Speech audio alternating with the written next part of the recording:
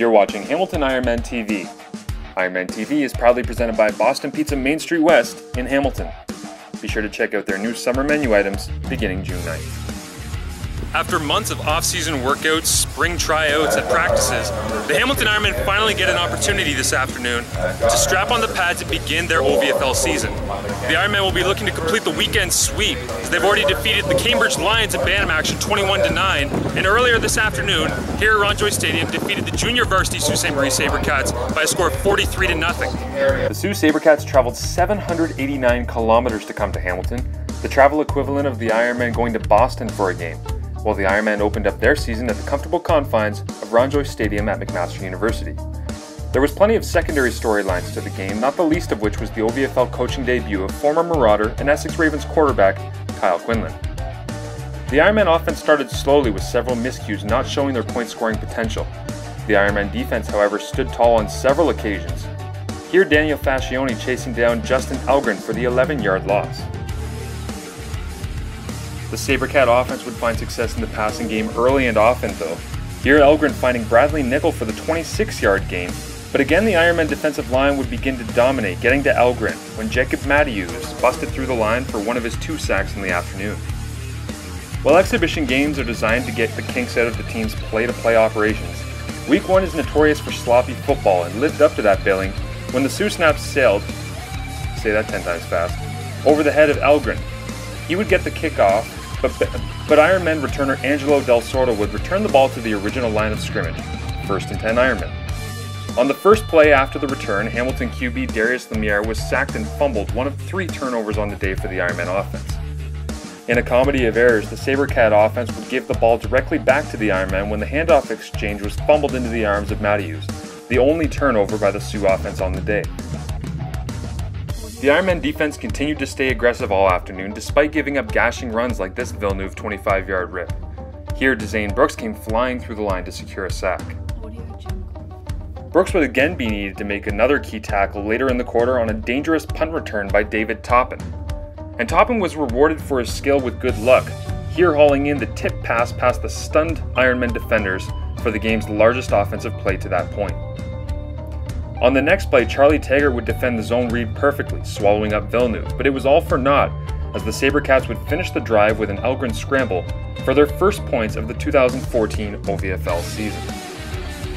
One more time, the Ironmen defense would answer the call when Brandon Redbird picked off the Sioux offering, but the play would be called back on account of roughing the passer.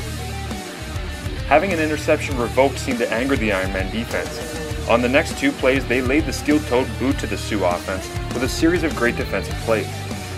Elgren took a deep shot that could have changed the complexion of the game in the second quarter, but it was dropped by Justin Dubray in coverage. After a Sioux punt, Lemiere and the Ironmen would look to score leading into the half, but Ray Duplin picked him off and returned the ball to the 4-yard line before being chased down by Brett Haynes. The Sabercats would extend their lead with a 6-yard plunge by Villeneuve. After the touchdown, the Sabercats attempted an onside kick, leaving the Ironmen with a short field and 30 seconds on the clock. Lemiere would only need about 8 of those seconds to put up a quick 6 on the board, completing the 55-yard pass to Brett Haynes. He could go all the way! The extra point was blocked. The halftime score at Ron Joyce, Sioux 14, Ironmen 6. Coach Quinlan used his halftime to make adjustments with his offensive backfield in hope of releasing their potential. You can see more of this halftime in Ironmen TV Episode 5. The Sioux's creative offense continued to cause issues in the second half through the air. They would finish the drive with a 6-yard Brandon Vernelli field goal. That's when all 6'4", 215 pounds of Darius Lemiere went for the trifecta of jaunts, feasting on aggressive Sabercat defensive ends by getting the edge. He would finish the drive on the 3rd bootleg with a 6-yard score. The extra point was good, Sabercats 17, Ironmen 13. As they had all afternoon, the Sioux offense would respond to adversity. Up just 4 at this point, Elgren completed the bomb to Dubray before hitting Toppin on a crossing route for the touchdown. That would be the nail in the Week 1 coffin as the Ironmen fall 31-16, sending the Sabercat faithful home happy until they reach the car and realize they're still 800 kilometers from home. Sioux quarterback Justin Elgren would finish the afternoon with 15 completions for 194 yards and a touchdown, while Ironman quarterback Darius Lemiere led the game in yards per carry at 6.1. Sioux head coach Steve Knott knew that getting a road win in Week 1 could pay dividends in August. We're middle of the pack, and when we look at teams like Hamilton, they're the team that we think we have to beat to make the playoffs. So we knew this was going to be a huge game. You've seen the weather, it's been snowing as far as a week ago in Sault Ste. Marie. So we've only had 6 practices. We were kind of iffy whether or not we were going to be able to bring it together today, but the guys played really well, and we're pretty happy. Coach Knott understands the challenges of coaching a smaller team and used it to his advantage in Week 1. We've been a pass first team now for 4 or 5 years. It's tough in Sault Ste. Marie. There's just only so many big kids, so we're always the smallest team when we come down, and as far as O-lines go, so we know we can't come down against the big teams and pound, so we kind of try and build everything around a spread passing attack and try and run off of that. So if we can be successful with the passing attack, it opens up a lot for the run, but we have to be clicking. Regardless of the level of stress on travel and playing on the road in Week 1, the Sabercats leave Hamilton with a mission accomplished. We know that 6 teams are going to make it out of the 10 in our division, and Hamilton's one that we fully expect is going to be battling for one of those playoff spots. So to get the head-to-head win to them today was huge.